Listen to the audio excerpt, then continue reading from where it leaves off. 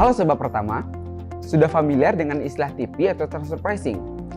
Nah, bagi yang belum tahu, definisi dan informasi mengenai apa itu transfer pricing dan transfer pricing documentation telah dibahas pada salah satu video kami, tepatnya di video yang ini. Di dalam isu transfer pricing, dikenal istilah arm's length principle atau biasa disingkat ALP. Sedangkan dalam konteks perpajakan di Indonesia, dikenal dengan istilah prinsip kewajaran dan kelaziman usaha. Apa itu arm's length principle? Seperti halnya lengan pada manusia, baik kanan maupun kiri memiliki panjang yang sama. Jadi kalau diibaratkan sisi kanan adalah pihak yang mempunyai hubungan istimewa, sedangkan sisi kiri adalah pihak yang tidak memiliki hubungan istimewa, maka jarak keduanya adalah sama.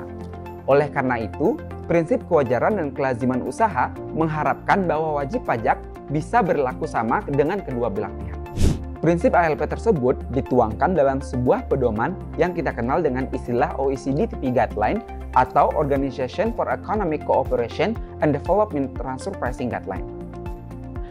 OECD TP Guideline pertama kali diterbitkan pada tahun 1995 yang mengonsolidasikan pedoman tentang ALP sejak tahun 1979. Kini, OECD TP Guideline telah melakukan pembaruan pertama sejak 5 tahun terakhir, tepatnya pada tanggal 20 Januari 2022. Pada kesempatan kali ini, kita akan memahami perubahan pada TP Guideline 2022 dibandingkan dengan versi sebelumnya. Saya Rafli Amri, inilah dia barudak OECD TP Guideline 2022.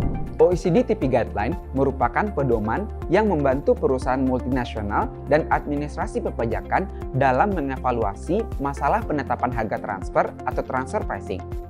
Pedoman ini juga menganalisis dan mengilustrasikan berbagai metode untuk memenuhi prinsip kewajaran dan kelaziman usaha. Metode penetapan harga transfer inilah yang akan digunakan antar negara-negara OECD. Dalam perekonomian saat ini, di mana perusahaan multinasional memainkan peran yang semakin menonjol, penetapan harga transfer terus menjadi agenda utama antara otoritas pajak dan wajib pajak.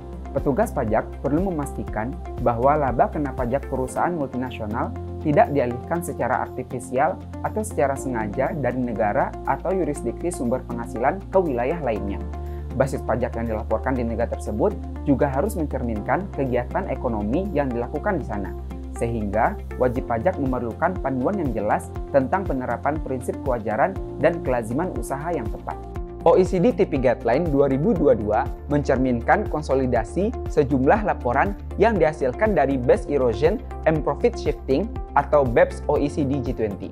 Perubahan ini mencakup revisi dari edisi sebelumnya atau edisi 2017, yaitu revisi panduan tentang metode pembagian keuntungan transaksional atau Transactional Profit Split Method yang disetujui oleh OECD atau Inclusive Framework on BEPS pada tahun 2018, pedoman bagi administrasi perpajakan tentang penerapan pendekatan Hard to Value Intangibles yang disetujui pada tahun 2018, panduan penetapan harga transfer atas financial transaction yang disetujui pada tahun 2020, dan tentunya mencakup beberapa perubahan terkait konsistensi pada bagian lainnya. Lalu, apa saja ya perubahan yang terjadi pada OECD TP Guideline 2022 dibandingkan dengan edisi tahun 2017 yang memiliki 612 halaman? Edisi terbaru OECD TP Guidelines kini bertambah menjadi 658 halaman. Di edisi terbaru ini, terdapat ketentuan tambahan yaitu bab 10 mengenai aspek transfer pricing atas transaksi keuangan. Mari kita awali dengan pembahasan terkait perubahan terbesar, yaitu Transfer Pricing Guidance on Financial Transaction yang sudah diadopsi oleh OECD atau G20 Inclusive Framework on BEPS pada tanggal 20 Januari 2020 dan diterbitkan dalam bentuk final oleh OECD pada Februari 2020. Dokumen ini juga merupakan panduan khusus pertama dari OECD yang berfokus pada aspek penetapan harga transfer dari suatu transaksi keuangan dan dilengkapi dengan contoh-contoh ilustratif di dalamnya. Ketentuan umum mengenai Transfer Pricing Guidance on Financial Transaction bertujuan untuk memberikan panduan dalam menentukan: pertama, apakah kondisi transaksi keuangan tertentu antara perusahaan asosiasi telah sesuai dengan prinsip kewajaran? Kedua, penerapan prinsip-prinsip untuk transaksi keuangan. Ketiga, panduan dalam menentukan kondisi wajar untuk aktivitas keuangan termasuk pinjaman intragrup, pengumpulan kas, dan transaksi lindung nilai. Keempat, pemeriksaan asuransi keuangan, dan analisis perusahaan asuransi captive. Ketentuan lainnya mengenai transaksi keuangan juga diatur pada bab 1 tentang arm's length principle, khususnya revisi pada poin D122 terkait dengan risk-free and risk-adjusted rates of return. Bagian ini menjelaskan tentang tingkat pengembalian yang bebas risiko dan disesuaikan dengan risiko. Poin ini membahas bagaimana menentukan tingkat pengembalian bebas risiko dan yang disesuaikan dengan risiko. Selanjutnya, perubahan terkait pedoman transaksional profit split method pada edisi 2022 ini adalah adanya penggabungan dengan pedoman OECD yang disetujui pada 4 Juni 2018. Pedoman ini menggantikan panduan dalam OECD TP Guidelines 2017. Pedoman yang direvisi ini bertujuan untuk mengklarifikasi kapan saat yang tepat bagi perusahaan untuk menerapkan profit split method sebagai metode yang tepat di dalam analisis mereka, dan juga memperluas pedoman tentang bagaimana metode ini seharusnya diterapkan. Metode ini menekankan bahwa keuntungan dapat dibagi dengan faktor-faktor pembagian keuntungan yang relevan berdasarkan kontribusinya. Hal ini tentunya dilakukan dengan mempertimbangkan kompensasi yang wajar, yaitu apabila transaksi dilakukan dengan pihak yang tidak memiliki hubungan istimewa. Perubahan yang terakhir pada OECD TP Guidelines edisi 2022 adalah revisi terkait Hard to Value Intangibles atau HTVI, mencerminkan pedoman yang dikeluarkan pada 4 Juni 2018. Pedoman ini dimaksudkan untuk membantu administrasi perpajakan dalam menerapkan pendekatan untuk aset tidak berwujud yang sulit dinilai berdasarkan Base Erosion and Profit Shifting atau BEPS. Perlakuan terhadap HTVI untuk tujuan transfer pricing dibahas dalam laporan BEPS dan dimasukkan dalam OECD TP Guideline edisi 2017.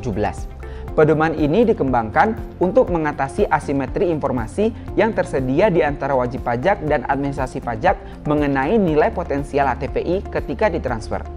Singkatnya, pendekatan HTVI memberi wewenang kepada petugas pajak untuk menggunakan bukti ex post pada hasil transaksi keuangan dari HTVI sebagai bukti atas dugaan terkait kelayakan ex ante pengaturan harga. Lalu, apa itu ex ante dan ex post?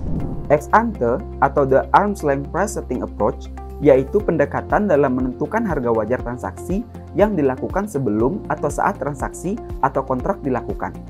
Sedangkan ex post atau the arm's length outcome testing approach yaitu pendekatan dalam menguji harga wajar transaksi yang dilakukan setelah transaksi atau kontrak dilakukan.